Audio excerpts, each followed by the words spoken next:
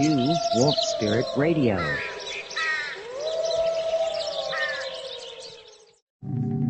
Thank you for listening to Wolf Spirit Radio. We are a dedicated group of individuals bringing unique programs, ideas, concepts to our shows. We invite you all to explore the programming and shows here on Wolf Spirit Radio, Sunday through Saturday, 7 days a week. You'll find inspiration, information, and entertainment. And join the chat rooms too. Connect with other listeners as well as the host right here on wolfspiritradio.com.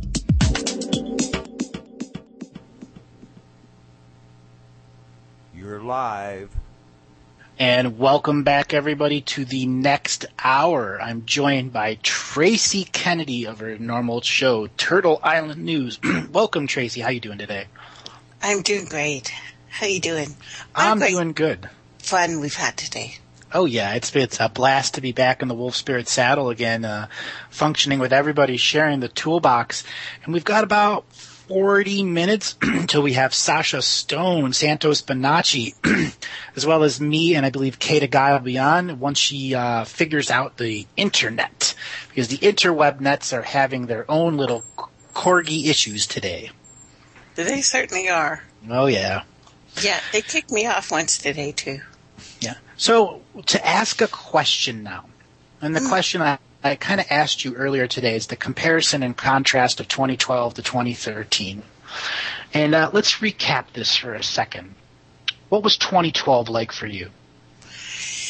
2012 was relatively calm and a very happy year for me. Very happy year. Things were smooth sailing the whole year. From the beginning, well, from actually December 2012 on, it was like running and screaming. Not really running and screaming, but there was a couple times that I felt like running and screaming, saying, you know what, I can't do this. I can't do this thing. Bad news after terrible news after, oh my God, worse news. And people around me were talking to me about their imminent death and wishing for it, but not actually doing it, just wanted to tell me about it. And I'm sorry, I should sound more sympathetic at this point, but not when I get the 17th call from the same person in the same day. So very needy at that point when they're doing that. Yeah, and that's what I got finally. People are needy, especially our Western culture where people can live in a house alone. People are needy and they feel lonely and they feel disconnected and they don't understand and they feel lost. So that's when I finally said, okay, I'm going to do what I was told to do from beginning. And I'm going to do this meditation. And I realized my meditations are a little different than most people hear, because they're simple and easy. And I'm not saying you have to pay $500 to do it, but you can. You know, I want your money. Don't think I don't. But all I'm trying to do is gain a little bit of stasis on this planet, so we can calm down for a minute, stop freaking out, stop looking for somebody to come and save you. And, you know, the thing about an asteroid, if it's going to hit us, there's nothing we can do. And it's happened before. Worrying about it will not stop it. If we pull ourselves together collectively, we could stop it from coming in, but not with our panic. Correct. It's our panic that destroys our mind. Yeah, and not with our hate and our fear. Our fear only destroys us. Another sort of quote from Dune, fear is the mind killer. Fear is the mind killer.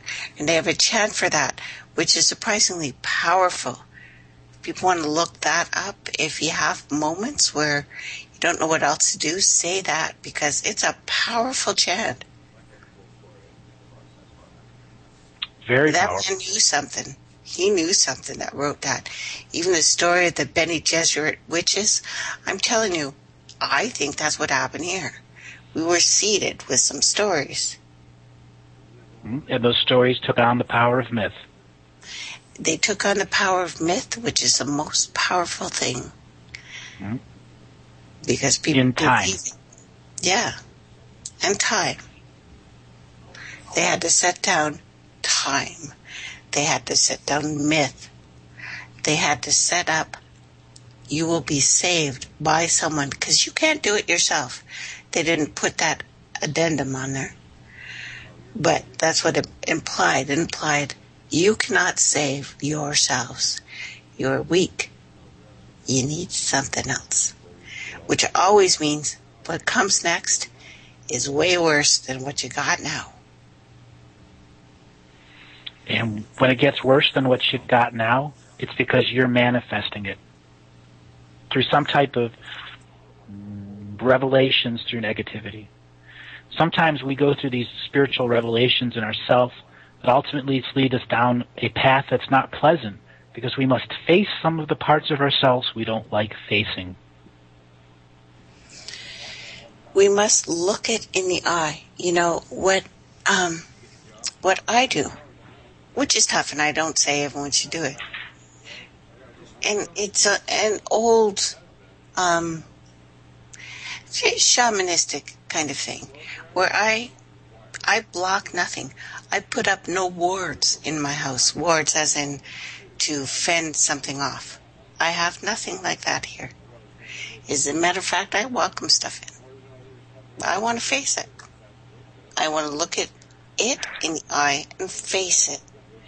And believe it or not, I was trained. I didn't even know this until recently. Excuse me.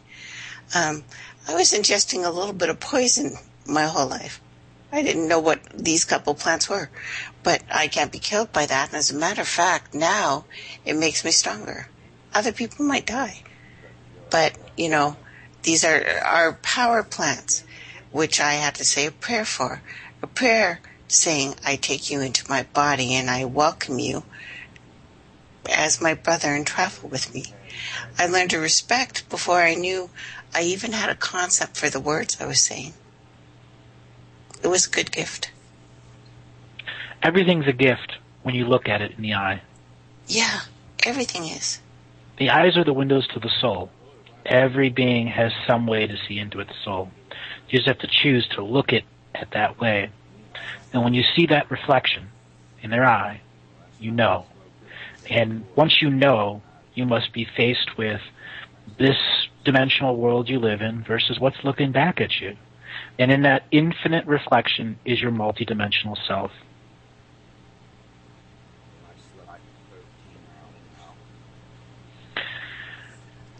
Dave, mute your mic. I'm sorry. It's okay. Well, it's good to hear Dave got some sleep.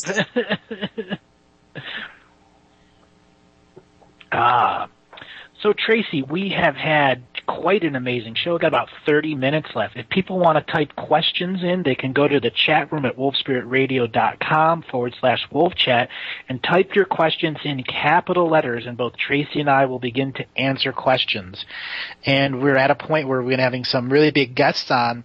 After Sasha Stone, Santos Bonacci, we will having Kate of Gaia and Jagamaro, an original lawman, shaman, and witch doctor from Australia who has an incredible way of presenting the look at the laws and how it affects you both on a spiritual and a physical level. Tracy, what is your view of the laws that we are functioning now and how it affects us on a spiritual and a human level? Well, the laws. The planetary laws are the laws of barbarians, basically. These are Roman laws that we follow still. These are Anunnaki laws. The laws of the cosmos that say, thou shalt not enjoy stupid things, but, there's fancier names for it. The laws that we are breaking, we see when this happens. We see on, my family calls it the law of radiation, and it's kind of the law of cause and effect. What you send out comes back. And it usually comes back worse, if that's what you mean. If you do harm, it comes back worse on you. Why has Kissinger lived forever and still been so freaking ugly? That's a good one. Why has Henry Kissinger lived for so long and is still at that disbeauty, disharmony state? Oh my God, he's looked like that since the 30s, right? He's intertwined himself. Right. He's intertwined himself with the spiritual contracts of millions of people, and in his own way is using that system to siphon their energy, as do many political figures, because they hold the keys to all the spiritual contracts. That's why we have a representative government. Those representatives hold the spiritual contracts. Yep. Okay, next question. Where can I view the schedule for the rest of the marathon? I don't know if we have an official schedule. Yeah, there was some confusions with the schedule, but 5 to 7 Pacific time will be Sasha Stone, Santos Bonacci, myself, and Kate of Gaia. Then afterwards, Kate of Gaia will be interviewing Jagamara, and then after that, we'll be having another roundtable. And we're probably going to end up going a lot over time. There's been a tremendous amount of people that have come to Wolf Spirit Radio for their first time and are being a part of this just tremendous sharing of the Toolbox show. Absolutely. Okay. Trinity, any insights into Comet Ison? Do we want to go there? It's fake. It's not real. It's there just meant to hijack your stream, meant to take you into a false belief system. I guess before there was Ison, there was 100 other ones. Comet blah, blah, blah. Meteor blah, blah, blah. They've been doing this meteor comet stuff on us and been trying to insert it in history so you get afraid of it. Fear will stop you from looking inside. If you keep looking to the outer atmosphere for the aliens and the star brothers and sisters to do all the changes, you will never change yourself.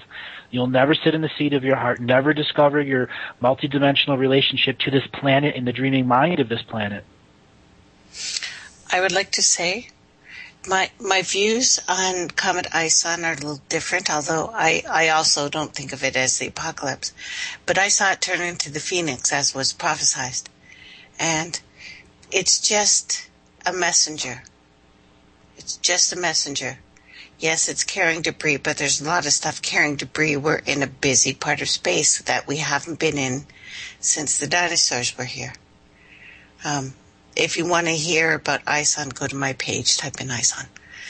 Okay, what dimension are we currently working from, and what is the fourth dimension and the fifth made of? Well, that's a really difficult question to answer in a very short period of time. We are currently in all of the dimensions at once. We are all of our past, present, and future lives living simultaneously, and it is only your perception and awareness that helps you understand what third, fourth, and fifth dimension are made up of. The fourth dimension is our unified dreamtime societies on a world that functions as a medium between the third and the fifth dimension. So what is the fifth dimension? It is the completed you who's already accepted the dreaming world of this world and is beginning to accept the dreaming world of other worlds where you've lived on other times, so that eventually your physical body can unmanifest or get on upon a physical vessel and return to other worlds in which you lived, so that you can return the teachings of the sacred masculine and sacred feminines that we've learned here on this planet. Absolutely agree. And when you're starting to slip back and forth, you'll know it.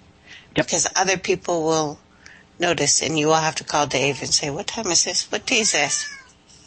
And then you'll have a cat saying, that's right? Okay. Next one.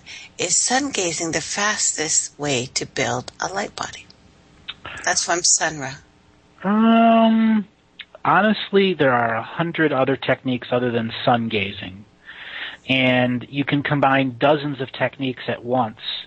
You can put a crystal over your left and your right eyebrow and sun gaze and really do a lot more than just sun gazing itself. You could make a little box so that the sun travels from your lower abdominal region to your top part of your body, and make it a more complex way of absorbing sunlight through your entire chakra system. So sun gazing alone, is it the most effective? Well, no.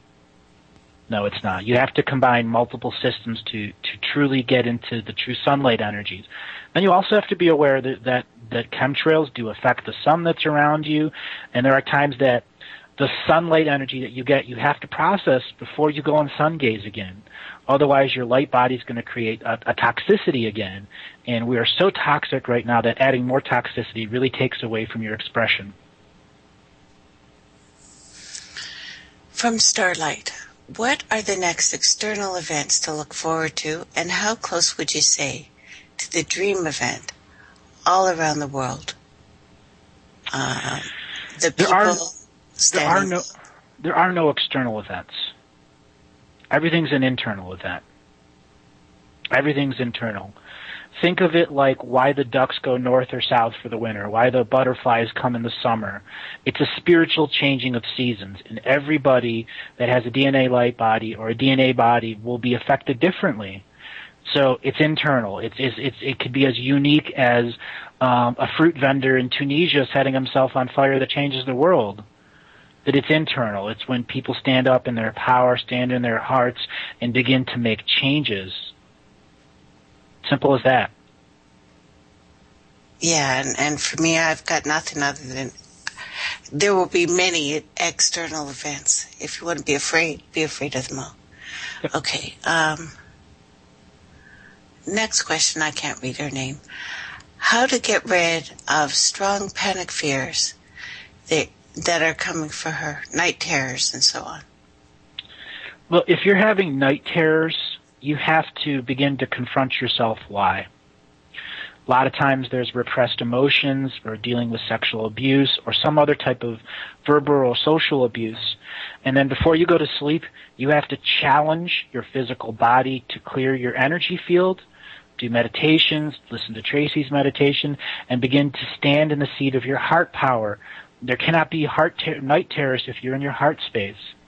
And that is knowing where your heart is and what it really feels like, and beginning to allow the love of the world back in, the love of the unity and communities back in. You need to get out in nature. Try sleeping next to a tree. You know what? I want to add to that, if you don't mind. Sure. Andrew, if we have to get up at 5 in the morning to get up for work, we usually wake up before the clock, right? So we've planned. What most people do before they go to bed is they think about the horrible things they've done all day, what they haven't done, or what they, weren't going to do. And they spend so much time worrying about what they haven't done. Do you know there's something called dream yoga, guys? Yes. Where you spend an hour or a half hour before bed planning for what you're going to dream and what you're going to think of. Do that. If you're having night terrors, it's because you have not prepared. That's right. You aren't the master of your hologram. You're letting things just go wild. If you're afraid, then maybe you need to be afraid. Next time, look at it. Confront it.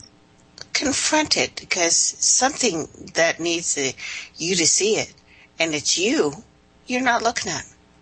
Look at it. Nothing is as scary as yourself. Okay. Someone else, what are the next external events to look forward to? I think we answered that. Everything. Be afraid. If you want to be afraid, freak out right now. Start early. Okay, next one. I know that eating meat, drinking alcohol, etc. is not good for my body, and that my body is not taking it well. The same way I feel after having sex, my physical body is not liking it. The after effect, what does that mean? Okay, we both have to jump on this one. If you're having issues with sex, you're having a lot more issues. If you're having issues with sex and food, mainly you need to do a massive physical detox on your upper and lower intestines. And then you need to look at why why these habit patterns are there, where they came from, and understanding that you created it along with some other types of entities. Whether you brought them in as a childhood, they're a part of your family. These aren't all bad entities. Some are literally just trying to survive and will take as little energy of yours as possible. Many people end up being nests for positive or negative entities, and sometimes the positive entities are literally just trying to survive. They still try to do good by you. But when you're having issues after sex and other issues like that, you have to take some serious self-nurturing time, do a body detox, do a spiritual detox, go out and work with a community of spiritual people and stop being a hermit. Sounds to me like you don't like eating, drinking, or having sex. I don't know. What's left? Breathing in and out. I'm sorry, and I'm not making light, but if you're having problems with everything that should make you enjoy being here, you need to stop for a moment and see what's really bothering you, because something really is bothering you. And it's time to look at that. Okay, next one, Heather. Why does the area above the ear sometimes feel extremely large and protruding from the head, also sometimes pulsating? Etheric implants that are targeting the way your ears interact with your third eye, as well as your natural eyes and nose and taste and all your five senses interact with your third eye. Your third eye is an interaction of all of your senses that creates multidimensional senses. So they're targeting some type of scalar weapon, or you have literally created implants that modify existing implants because you've been stuck in the system for so long, meaning at some point in your previous life existence you were part of the system of domination and control and in the reincarnation grid. That doesn't mean you can't clear them. It just means you have to be in the sovereign free will state seated in your heart to simply allow the love to turn those to compost, so that the earth is fed with those energies and you begin to replace it with the natural symbiotic relationship that we have with earth. Interesting dream time question for Dee. Can you explain the meaning of hearing someone call your name or a doorbell? I don't have one. Waking you up when there's no one. I love this question, so let's both get this one. All right, you want to take it first? Yeah, I would, because I want to hear what you have to hear about what I'm going to say. So it's a dual question. Thank you very much, Dee. There's a point that I call it the phase. Just before you go to sleep, and this is where, when I've taught Dreamtime rituals to people to plan for this event. When you hear someone call your name, this is a point where a lot of people see aliens. This is where they sometimes have the falling sensation. It's where they see entities in their room. They hear sounds. They hear their name called. It's a phase between where the veils of the worlds are very thin, and it's for everyone conscious on this planet. And it happens just before sleep and just before waking for every single sentient being. Like, even plants have been tested for this, and they have it. It's not scalar weapons, guys. It's what we do naturally. And this is the point where you're supposed to get the signal to be aware, and then be aware during your dreams. Take control of that. Go to the other side. Live your other life. Come back. It's a beautiful time. And if you're hearing it, you need to embrace that. Know you're doing a really good thing. It's not even the lucid dream part. It's the invitation from the entities to come with them. Right. Beautiful. I'll add a few layers to that. Please. When you're hearing your name, it is a past, present, and future version of yourself saying that the time of awareness is at hand. And as we go to sleep, we go through what's called sleep paralysis. In that moment in which the chemicals are triggered and the body's trying to fall asleep and the system is shutting down and you hear your voice, it's to tell you that it's the I am presence that's there, that's turning off the programs and the worries and the fears and all that other stuff, to be aware that your soul family, your brothers and sisters that are sharing the dream time with you, are waiting.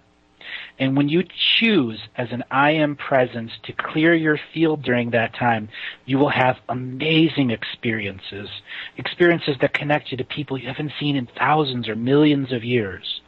Or you'll just have an opportunity to begin to tune your dreaming body so that it properly interacts with your physical body. So many times when we go to sleep, our dreaming body has to go through the toxicity and junk of our life. And then when it comes back in, it's coming in at 1,000 miles an hour so that it can penetrate the toxicity and then properly seat inside your physical body. I call these like carrier landings, where you have a jet plane landing on a carrier at 50-mile-an-hour crosswinds at night in 30-foot waves. And you having that warning, that doorbell is saying, calm the body, calm the spirit, prepare. And in that preparation is the invitation for the infinite experience on the other side. And Dee said, there come my name. Next time, go. Go, Sam. Go. Take that journey. Come back and tell us. And when they say your name, say, yes, yes, that's my name. This is the I am presence. Come get me. Help. Yeah, help. I'm stuck. I need a rope to pull me out. I need four-wheel drive. Yeah, and Tire chains. I've been told about take a little thread and tie it to your wrist so you come back. No, don't do that. Give all of yourself. Do it just once in your life, even if it's in a dream. Do it. Give yourself and go. Go. Surrendering is an interesting word. It both has a positive and a negative influence depending on people's perceptions. True. When you surrender to yourself, you are only surrendering to yourself. Nothing can go wrong. Yeah, sometimes you need to throw all of the things off and surrender and go. May I break in for just 1 minute? No. Denise is trying to call in. Until you answer my Skype question, you're not going to be added. You understand? I don't just arbitrarily answer phone calls when I'm producing live shows. Thank you very much. Please don't piss off Dave. Okay, next question.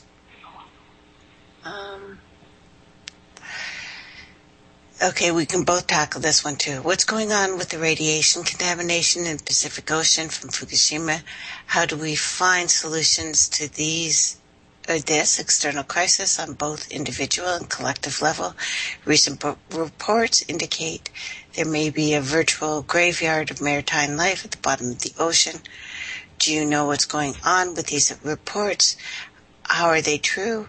How is Gaia dealing with the radioactive contamination? This is from Ascended Starseed, and I've gone into this a lot, and we can do a short form. Go ahead, Andrew. All right, what's going on with the radiation contamination in the Pacific Ocean from Fukushima, and how do we find solutions to this external crisis? First thing first, we have to understand Fukushima was a time travel genocide event that was countered until it created a paradox, and Fukushima itself is a paradox. So in one part of our reality, the Pacific Oceans are polluted, and in another part of our reality, they're not. We are manifesting, co-creating beings, so if you're in the belief system that it is, it is. If you're in the belief system that it isn't, it isn't. If you're on the fence, you are putting it on both sides. That is the state that our species is at. Because we haven't linked the threads of unity yet, we are still a disorganized spider web, and we're a bunch of individual spiders not functioning as a hive mind. So when we look at on the individual level, that's you taking active tools such as a pendulum and going and clearing that area, forming groups together, working on remote clearing techniques. On a collective level, recent reports indicates there are many virtual graveyards of marine life at the bottom of the ocean. There have been virtual graveyards of marine life in the bottom of the ocean for many millions of years. And many of those graveyards that you're seeing are actually time travel scenarios where these old graveyards are coming here because they need remedy and resolve now, because they got destroyed in a way that their soul couldn't come back to resolve that DNA body. So they're here now to get the remedy, to get the resolve. And for the final part of the question, how is Gaia dealing with the radioactive contamination of the world? It's functioning with us through the dream world for people like Ascending Starseed, who I know her name's Annette. She's an incredible person, does an incredible blog, and she activates people like you, like Tracy, like me, like Hope Girl, like Dave Corso, so that we start asking questions and start filling in the answers with enough heart discernment that we don't fall for our own bullshit sandwich. I'm sorry. I caught you with that one. Yeah, it's really going on. People are really dying, and now it's in the Pacific and Atlantic. We could say, well, this planet is in emergency mode right now. Gaia has been in emergency mode before and shook us back to 8 people on a boat. Why would I say that? Because we have stories all over the planet of 8 guys on a boat over and over and over again. If you are afraid of death, then be afraid, because you will die. If you are not, then worry about yourself. Make yourself better. And live like there will be a tomorrow. Or live like there won't be a tomorrow. Actually, don't live like there's going to be a tomorrow. Think there won't be. And live for right now. Do a good thing for yourself. And if we, as people, decided this would stop, it would stop. And we could do that with our mind. Yeah, it's a disaster if we all believe we are just these meat bags. If you look in the mirror and you say, I am that thing I'm looking at, then you're going to die. If you believe you're not, you can't. And That's right. Denise, can you mute your radio, please? Thank you. Hey, it's Mike. Hey, Mike. Can you mute? Yeah, we're getting some feedback from you. Hold on, wait a second. Do we have another question there, Tracy? We have what is causing the rise in female infertility. That's a deep question. That's a deep one. We have a thing right now on the planet, and I'm going to break in, Andrew. The first time, apparently, on this planet, there are more males than females. This has never happened. Right. The imbalance is here. Go ahead. I can add a few layers to that. There are more males on this planet because there are many women who said, you know what?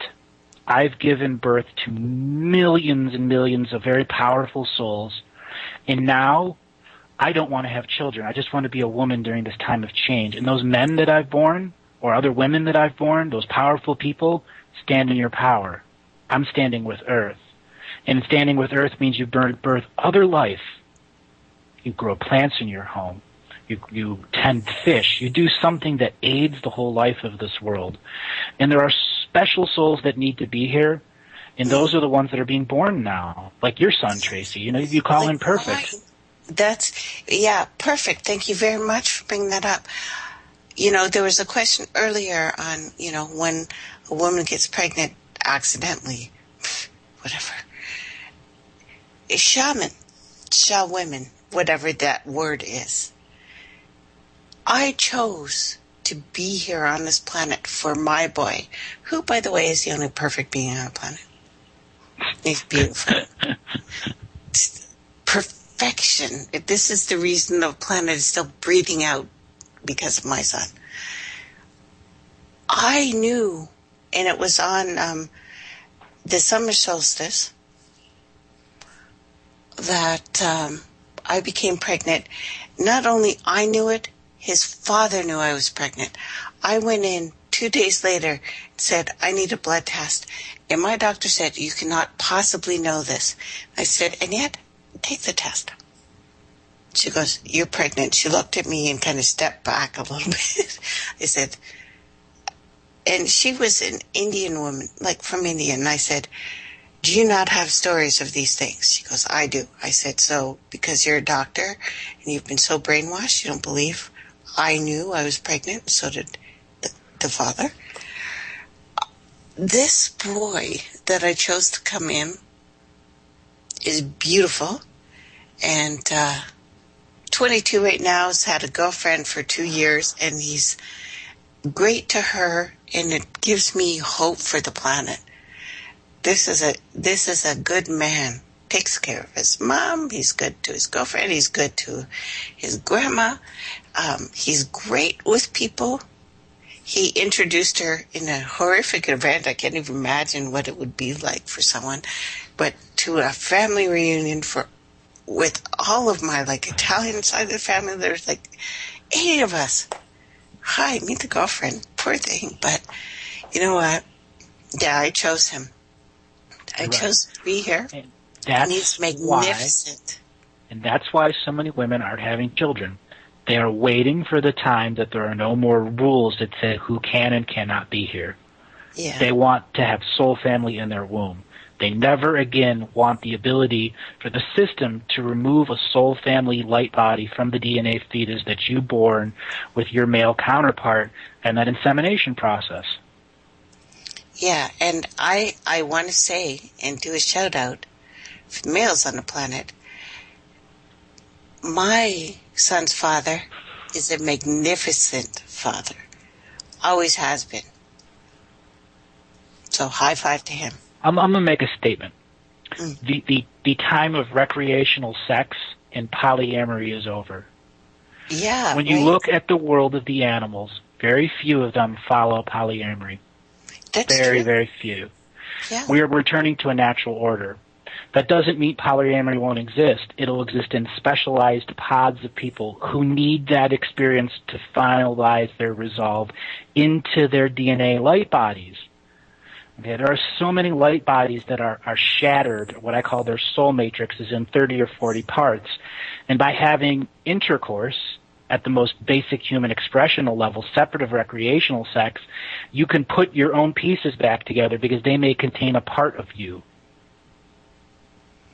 And that's the purpose of polyamory. Polyamory really was an understanding that you can use sexual energy to create incredible sacred geometry magics for both good and bad and neutral. And we're coming to a time where you could have groups of people that don't have group sex but will share a space so that a fertility ground is grown. But this wouldn't be pornography or anything viewed like that. It would be sacred conception, sacred interaction, sacred intercourse with the ground and the space that you're functioning in. So there'll be a whole different perception on the word polyamory or group sex or any type of sexual expression. Oh my God, great to bring it up because I set up this whole place. There was candles. I had fire, water, wind, air, and space all invited to that event. And even though Brian, my son's father, and I aren't together, I know if I called him on the phone right now and said I needed him, he would be here. It was a bond. We have a bond. Believe it or not, he's still my husband. I can't even explain it because we never married, to people who don't understand this bond that we had. But I could still count on him if I needed him. I could. And in that bond is truth. And he's with another woman. Right. And I don't care. You don't care. And in your own perception and expression, that is a form of polyamory.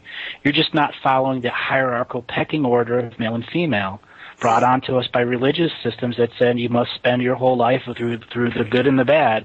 Well, it's a great concept as we're growing up, but it doesn't always work that way. No. It doesn't always work that way. We've got to allow for the freedom of expression, and the time of recreational intercourse had its time. That doesn't mean it's over. It just means it's not the dominant expression anymore. We want partners, and I think even our young are starting to feel this. Now, a question from Tara. does our world leaders or people in power clone themselves? And how can we tell the difference between a clone and a real person? Good question, Tara. Well, I'm going to use the news as an example. The news people are created, and then they have a DNA light body put inside them. Cloning, in its own way, is a way of creating a DNA body that can hold karma, ancestral karma. Example, someone that was a king of Germany at one point in time. They will have saved that DNA, and in the future, look for a light body that is capable of handling tremendous amount of ancestral karma and force it into that clone so that it's put into a fetus. As for the actual question, do leaders clone themselves? Most of them don't actually clone themselves. It's forced upon them. There are very, very few clones in the system of politics we have because of the interaction of soul contracts. In a representative government that we have stretched throughout the world in different ways, shapes, and forms, there's still a spiritual contract side that you must understand. And when you start forcing clones in there, let's say because one was killed in a time travel event or ripped out of time, something must still hold its contract. And the system of domination and control, which holds all of the contracts, must fulfill it. So therefore, things must be cloned at times so that there is a physical DNA body that holds the actual contractual energy. And then there are lower-level middle managers that are clones simply because there weren't enough DNA light bodies that could handle the grunt force that needs to enforce a system that's going to cannibalize its people. Yeah. Do you know when you stop suddenly like that, I'm like, what? It's a technique. It is part of the flow. I caught JP on that quite frequently. We are nearing about 3 minutes left, so Tracy, why don't you give people contact information and when your shows are again? We have a tremendously big audience here, and you're simulcasting on 12 stations now, so that would be an incredible opportunity. Yeah, and thank you everyone for being so supportive and lively in the chat. What a great crowd we have. Thank you so much for this, Andrew. I know they're here for you. And, you know, there's so many. They're here for all of us. They're here for all of us. And the comedy team of us together. So I'm on Monday, Tuesday, Thursday, and Friday on Wolf Spirit Radio. Revolution Radio, freedomslips.com, and turtleislandnews.info. If you need to contact me, you can contact me at my email or my Facebook, T_Kennedy@Rogers.com. Kennedy, like your president, if you're from the States. Very cool. Thank you so much again for having me on. I will hang out for later, and if we need to clear something else later, I'm in. Okay. Well, right now we have Sasha Stone, Santos Bonacci, myself, and Kate of Gaia coming on from the 5 to 7 hour. Then after that will be Kate of Gaia and Jagamara, an original lawman and shaman from Australia, talking law, sovereignty, spirituality. And Dave Corso at Wolf Spirit Radio. I want to thank you for hosting this marathon. Remind everybody, Wolf Spirit Radio is a listener-donated station. It is by the continuing contributions of people that like this marathon shows or any of the other shows that come on to these radio stations. Please stop on by the site support button and drop in a couple bucks to support the station. So, Tracy, thank you very much. And after the 9 o'clock hour, we're probably going to go a little over and then have an open roundtable that clears it up for the night. Okay, have Dave wake me up. Okay. All right, everybody, we're going to take a little bit of a longer break as we organize the next show here, which will be with Santos Bonacci, Sasha Stone, myself, and Kate of Gaia. So hold on there, get a little bit of food, a little bit of fresh water, and make sure you pray over that food and take some of that energy and change it around. Come from that heart space and take an opportunity to acknowledge that the world is living around you, the plants, the trees.